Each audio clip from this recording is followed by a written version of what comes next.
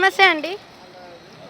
ఏపీలో రాబోయే 2 నెలల్లో మనకి ఎన్నికలు అయితే ఉన్నాయి. నెక్స్ట్ సీఎం ఎవరు వస్తే బాగుంటుంది అనుకుంటున్నారు ఏపీకి? అది చంద్రబాబు.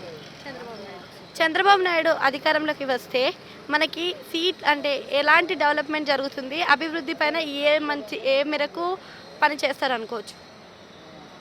ఇప్పుడు జాబులు వచ్చే వాళ్ళకి మంచిగా జాబులు వస్తాయి. చంద్రబాబు అంటే ఒక కుటుంబం పెద్దగా ప్రతి ఒక్కరిని మంచిగా ఆలోచించే వ్యక్తి అయిన ప్రతి ఒక్కరు ఆయన వస్తే కొంచెం బాగుంటుంది, ఈ డెవలప్మెంట్లో వస్తే బాగుంటుంది అని నా ఉద్దేశం.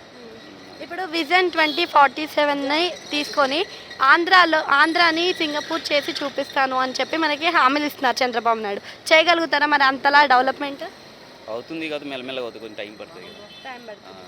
ఓకే. ఇప్పుడు పొత్తులో వస్తున్నారు కదా, మరి పవన్ కళ్యాణ్ గారికి ఏదైనా పదవి ఇచ్చే అవకాశం ఉందా?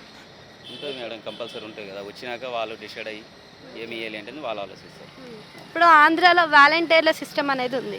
మరి వాలంటీర్ల సిస్టమ్ ఎంతవరకు పనిచేస్తుంది, ఎంతవరకు లాభం ఉంది, ఎంతవరకు నష్టం ఉంది అనుకో? లాభము అంటే బాగానే రన్ అయి నడుస్తుంది వాలంటీర్కి దాన్ని.